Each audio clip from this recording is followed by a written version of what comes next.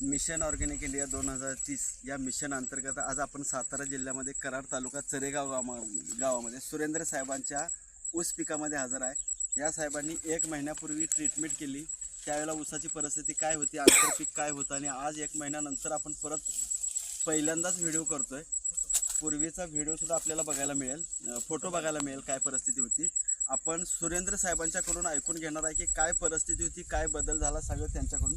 Sir तुमचं नाव जरा जोरात तिकडे सांगा। सुरेंद्र महादेव कांबळे, राहणार चरेगाव, तालुका कराड, जिल्हा सातारा।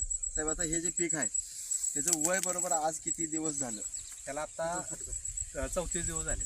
34 दिवस म्हणजे ट्रीटमेंटला 34 दिवस झाले आणि पीक किती पीक झाले 3 महिन्यात। 3 महिन्यात म्हणजे 34 दिवसापूर्वी आपली ट्रीटमेंट सुरुवात झाली। हा चालू। तुमचं पीक ज्या वेळेला 2 महिन्याचं होतं, मला वाटतं ह्यात फोटो आहे का? आहे फोटो आहे, हा फोटो बघूया जरा। म्हणजे हे 2 महिन्यापूर्वीचा फोटो मला वाटतं व्हिडिओमध्ये दिसेल किंवा नंतर स्क्रीनवर सर्व शेतकरी बांधवांच्या माहितीसाठी सुद्धा दिसेल। माझा मुलगा आहे त्याच्यामध्ये बाबा, म्हणजे एक वित बरंच होतं। हा एक बोंडा सोडला होता, सरासरी एक 2 फूट असेल। हां एक वीत मला वाटतं 1-2 वीत असेल हो साहेब, 2-3 वीती असेल जवळजवळ। आज आता तुमचे चिरंजीव त्या फोटोत आहेत। आता आपण त्यांना चिरंजीव साहेबांना उभा करून तुम्ही फोटो काढलाय 2 दिवसापूर्वी, फोटो। आणि हा फोटो जर बघितला तर चिरंजीव तुमचे दिसत नाही। बरं, एका महिन्यानंतर ग्रोथ आहे।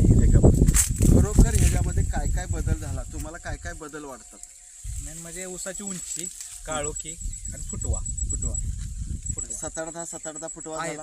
काही ठिकाणी जास्त आहेत, 12-13। आपलं हे क्षेत्र आहे, हलकी जमीन आहे, हलकी पूर्ण हलकी। व्हिडिओ मध्ये आपण इकडे पलीकडे डोंगर बघू शकतो। हो पूर्ण सह्याद्रीच्या पर्वतरांगा आपण इथं जवळच आहेत आपल्या, म्हणजे जवळजवळ पाहिजे बरोबर डोंगराच्या पायथ्याच आपलं रान आहे, मुरमाड रान आहे बरोबर। हो आपल्याला ह्याच्यामध्ये आंतरपीक आपण काय घेतलं साहेब? कोबी घेतलाय आणि भेंडी आणि कोबी।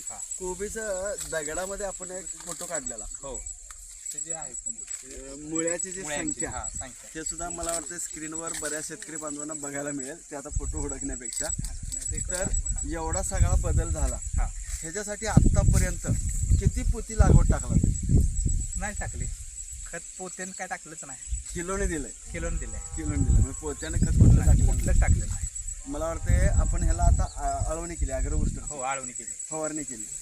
एक आळवणीच झाली फवारणी, आणि ते कोबीला फवारणी केली, पण ऊसाला एक ऊसाला फक्त आळवणी झाली, कोबीला फवारणी झाली।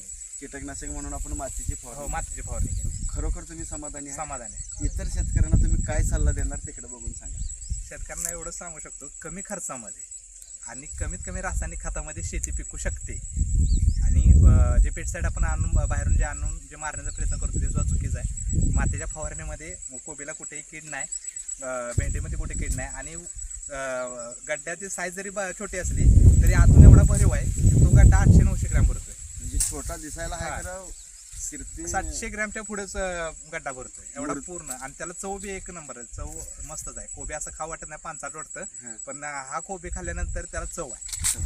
म्हणजे 100% सेंद्रिय झालं। आपण पेस्टिसाइड काहीच वापरलं नाही, कीटकनाशक काहीच वापरलं नाही। मूर्ती आहे लहान, कर कीर्ती तिची महान आहे। 900 ग्राम तर भरतंय, एवढा फायदा त्याचा आहे। माझाही शेतकरी बांधवांना हाच सल्ला आहे की तुम्ही उत्पादन खर्च कमी करा, उत्पादन वाढवा। ह्याच्यासाठीच आपली संस्था काम करते, पूर्ण महाराष्ट्र, कर्नाटक, पूर्ण भारतामध्ये। धन्यवाद।